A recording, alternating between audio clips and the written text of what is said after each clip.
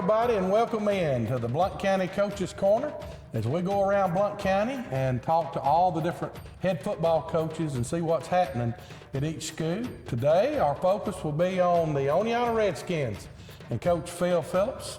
And Coach, you're one of the coaches that played at Oneonta, so you're a little bit more entrenched in Oneonta. You know probably more about Oneonta than anybody does. You were able to play on successful teams. You were able to be a part of successful teams.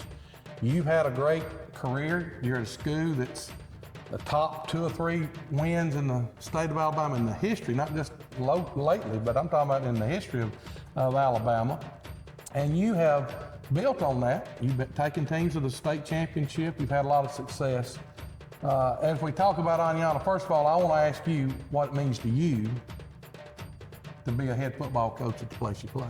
Well, you know, personally, and I didn't set out for a goal to be the head coach at my alma mater. I really didn't. When you get into coaching, you just want a job. But you know, as your career develops and as things happen and as you start having a family and this, that, and the other, it just kind of worked out. The moons kind of aligned for us to come back and then to eventually get the job. It's a huge honor. You know, it's something that, you know, and I didn't really realize that I was the first alumnus to be that. I think Charles Gibbons is the one that first told me. And but it's an honor. It's a place with so much tradition that well, no matter where you graduated, you'd be honored to be the head football coach at Oneonta. And so to have that opportunity, it's been good. You know, it's a great place. It's a great community. It's tradition rich. And you know, I don't think I would want to work any place that the expectations were any less than what it is. They're high, and but it is an honor and a privilege to do that. And you know, I realize that every day. Well, one, I've always thought one of the greatest assets that we have in Blount County is our kids. You've got great kids at Oneonta. You've got a great coaching staff. I feel like does a great job, loves the kids. Last year was not the season that you're used to. You've been to state championships, you've won region championships, and we go through those seasons sometimes. And I know it was difficult because you're not used to having a season like last year. We turn the page of this year, and you look at this year's team, you play in my opinion, maybe the toughest region in the state of Alabama, Class 4A. You play people, I think I looked at your region, I believe about everybody that's in your region but 1 or 2 teams have won a state championship. And it hadn't been that long since they won one. So you're playing powerhouse teams and you're gonna be young again. But let's talk about this year's team. From what you've seen in the summer, how's things went as far as summer workouts? How's things went since you started fall camp? Well, we couldn't have asked for any more starting in January, the off season. You know, coming off of 2-8, which is something that we're not used to. Around here, usually when you have down years or down ticks or whatever you want to call them, you know, do you go 500 or not is usually. Well, we didn't. One of the things we talked about was making sure that, listen guys, okay, we had a year that didn't meet our expectations, our people's expectations. Let's make that, we have one of those. Let's not have 2 of those. And we started that in January. And our kids have really been working. You know, we're still young. We return a lot of starters. I think I told you a couple of weeks ago, returning a lot of starters, which everybody like, well, return up. But you know, half of them still can't drive. Half of them still have to wait for a ride after practice. So it just is what it is. But we do have a group of seniors that I think set a good example and show these younger kids how to do it. We have some younger kids who are really talented and I've noticed really smart and are willing to follow and lead and do whatever it takes. So I think it's a good mix. Everybody's a year older, pretty much, but it is a tough league. But the summer was good. The league is tough. It is, you know, anytime we go east, we have problems. In our better years, when we go east, we still have problems. There's just a lot of athletes over there. But you know, we welcome the challenge. It's going, you know, I think I said a couple of weeks ago to you also, you know, usually a coach will tell you, you know, there's no off weeks. And he's probably lying to you when he says that. But I'm telling you that there is no off weeks because we're in that region and then we play Locust Fort, Susan Moore, and Boaz for our non-region. So you know, there's no time. But, you know, I think that's good. I think that's fun. I think that's challenging, exciting. And, you know, I think we ought to embrace it and do the best we can. Well, and I looked at this year's team. You got 12 seniors. I know most all those kids. They seem like great kids. Talk about the kind of leadership they've given you so far this year. Well, they really have a work ethic that as good as we've seen from our seniors since we've been part of. And they help these young guys. You know, a lot of people lead in different ways. Some people are vocal, some people are not. Some people think getting on people's way to lead. You know, there's a happy medium in there. I think you've got to every now and then, you know, get on somebody a little bit. But these guys have a knack for doing it. They just set an example. They work. We had our seniors out at the house and our coaching staff over the weekend, and you know, my wife said, that just went as good as any we've had. You know, everybody participated, everybody played, everybody had fun, everybody said thank you, everybody cleaned up. Other than Harper leaving his 60-degree wedge laying in the middle of my field, everything went good.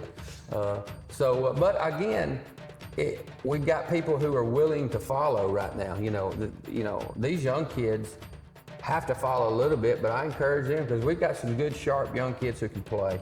And you know, they're leading already too a little bit. So I think in that aspect, you know, you feel a little bit better about things. You know, you start, you know, you pull up a schedule, you look at it, you start getting a little nauseated. But it's a challenge, and you know, we're gonna welcome it. We're gonna do the best we can. Well, you've been coaching for how long now? 40 years. 40 years, all right? So you've been coaching for 40 years. You've seen a lot of changes. One of the changes that I think you see in a lot of players today is the social media. I've noticed that the football program at Oneonta, there's a lot more social media going on, and I think kids probably like that. I see in this room we're at, you just got new lockers, which I know look fantastic, and I know that they're probably excited about the lockers. You got a little bit new look on your uniforms. Talk about the changes. I know kids are different today, and you have to do things a little different. But talk about some of the changes. Well, yeah, you know, I don't think kids, and I think it's natural, I don't think some kids are not as self-motivated as they used to be. And you have to do things that appeal to kids. But first of all, we got a great PR and social media team here at the school. I got a room full of young coaches who understand that stuff and know it. I understand the importance of it. And you know, I'll get texts. You know, I have to sign off on everything. I have to give a yes or an okay or a thumbs up, because when it goes out there, no matter who sent it, you know, it's a reflection of Oneonta football. So that's all I do all day is thumbs up and okay. You know, I had the Knicks but one, so it didn't go out. I wished it had, but it didn't go out. But it's exciting. Kids like uniforms. You know, one of the things we did about 3 or 4 years ago, and it started because I couldn't go in my closet and find anything, because everything in there is cardinal, navy, white, and gray. And I thought, well, I'll get the coaches some Carolina blue, because you know Carolina's our original color. I played in Carolina blue on basketball. I remember when Coach Williams got the uniforms of the football team.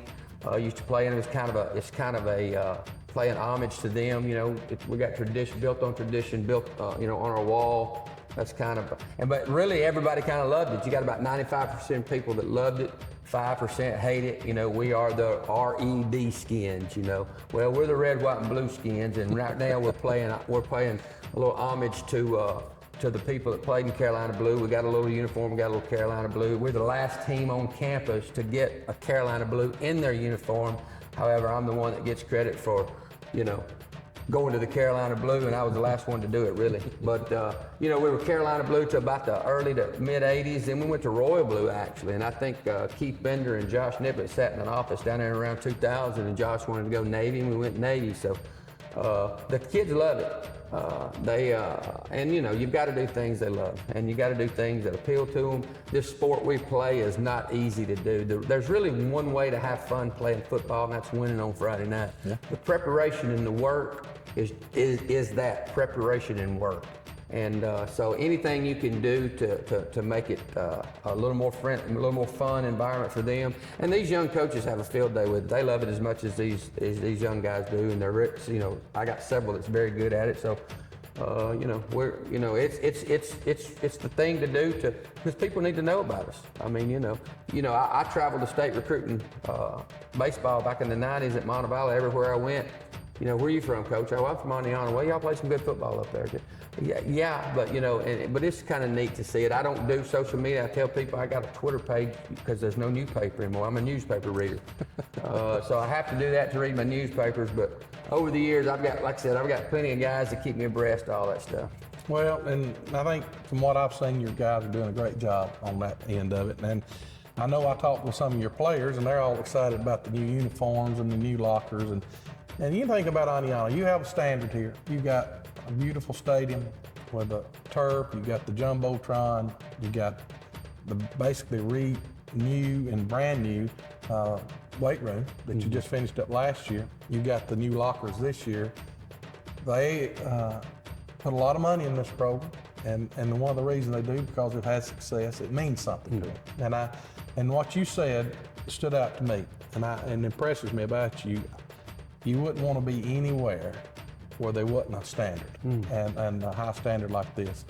And when we talk about that standard, if you're going to have a good football season, you got to have some certain players that's going to have to produce for you. Talk about the players this year. If you're going to be successful, players on this year's football team's got to step up and be really well for you. Yeah, you know, last year I felt like the strength of our team probably was our defensive front. We've got all those guys back, Pate Pass, Casey Kyle, Carson Harper. We've added a couple of more, Jack Bowens, a young guy, Tony Castro, a young guy, Dawson Self, a young guy, and Luke Robertson, a young guy. I think we've got a chance up front to be pretty good. We got to get some games under our belt. The thing about it is, as we're getting games under our belt, you know, we're going to be in a barroom brawl every Friday night. So, you know, they're going to get beaten and battered and hit over the head with a bottle every now and then, and see how they respond. But those guys up front have got to do that. You know, we're returning our starting quarterback. Greer Phillips started the last half of the season last year. He's back. You know, he's not the most talented guy, but he has a grasp of what's going on, what everybody should be doing. And then out at the edge, we got Ben Vincent, Carter Clyde, and Maddoxburg. We're probably going to have to throw the ball a little bit more this year. You know, we had a great running back. We've had a great running back every year I've been here. We had another one last year, Mikael Montgomery, who's going to fill that shoes. But we've got a couple of options. You know, we've got Mason Chambers, who's going to be a sophomore, and then we got the young kid, Cy Dillapre, who's got all, he got all the ability in the world, but he's also 14 years old. So, those people are going to have to. And then Aiden Alsey, our Mike linebacker, Brooks Cloudis, our Will linebacker, they're back. That's huge. But we've got some guys who had some playing time last year, but wasn't out there regular. That's going to have to be out there. You know, and at some point in time, it just becomes time to do it. And it's time for some of them to do it, and we're going to try to do it. Well, I know on your roster, you're probably bottom heavy. I know you got 12 seniors, but you got a lot of young people. And all those kids that you talk about, what's somebody that might surprise some people, that people might see this year that they hadn't seen before? Well, we've got a couple of young linemen, Jack Bowens and Luke Robertson, that I think's got a chance. I expect them to either split time at center, or one of them be at center and one of them be somewhere else a lot of times. Luke's been nursing a knee. I wouldn't be surprised if those two play a prominent role. And we got a couple of young, skilled kids. Braden Southwell, you know, he's about the size of my arm. And I got a really small arm. He's about the size of my arm, but he has great instinct. He works hard. He's got a good feel for everything. So I think the biggest key, the person that has to do more than anybody, is Mr. Healthy. Healthy has got to be a key for us, because we just can't afford too many injuries. Because, you know, when we lose one kid, sometimes that's 5 kids for us. Plays every special teams, offense and defense. So, you know, but we've got to also practice. We've got to hit. We've got to contact live. We've got to do all that stuff. We've got to do it a little more than we've been doing in the past, and we have and we don't have the depth that we need. So it's a balancing act, and you just kind of cross your fingers on some of that stuff. Well, I know as we round this thing out, we talked about the tough region. We talked about you're going to be playing a couple of county teams. Your first game of the season will be the kickoff classic for WCRL, as you'll be taking on the Local Fork Hornets. it's been a nice rivalry. You and Billy are close. There's a lot of closeness there between both the coaching staffs. You've got a coach on your team that used to coach at Locust Fork. So there's a lot of, I guess, some common things there. Locust Fork's had pretty good teams the last couple years. Their dynamic duo is gone. Your dynamic guy's gone to Mississippi State. Dino's gone and Bluff's gone. Talk about this first matchup, because that's going to be your first matchup, and that'd be the big game for WCRL. Well, it's going to be a challenge, I think, because I think their strength coming back, from what I can tell, is probably going to be up front. I don't know that our strength by the end of the year will be on both sides of the ball, be up front, but we're cutting our teeth a little bit, especially offensively up front. But they do such a, and I had an opportunity to talk to Billy's team a couple years ago, and they were going through that run, and I told them that it's a perfect storm. You got to have the right group of kids with the right coaching staff at the right place at the right time, and I felt like they were going through that. And my message to them was, don't waste it. Well, I found out about a year ago that they didn't waste it one Friday night down there last year. So, but it's going to be a challenge because Billy does such a good job, and Billy beats you the old-fashioned way. He really just outworks you, and and that's his personality, and that's kind of his kids' personality. They want to be physical. They want to be the toughest team on the field. And he's hard on them. He I guess not having hair makes you hard for people, and you yell and scream at people all the time. But I expect it to be. I hope it's a war. If it's not a war, well, I think we may be in trouble. Well, here's the deal. I know it'll be a great atmosphere. This place will be packed. I'm excited. It's football time in Blount County. I think when you think about every community, it's the biggest thing on Friday night, and everybody will be here. There's not a finer school than Oneonta. They have a great tradition here. There's not a finer coach than this man right here. We certainly want to wish you and the Redskins good luck on this upcoming season. We'll be back with more coaches after a word from our sponsors. Custom, precise, and built tough. That's the only way we do it at 2M Welding and Fabrication. We bring your vision to life exactly how you want it. From handrails and gates to trailers and structural projects. If it's metal, we make it custom. That's why we're one of the fastest growing fabricators in the industry. Built to match your standards and exceed expectations. Learn more and see our work at 2mweldingandfab.com. 2M Welding and Fabrication. Built 2M Tough.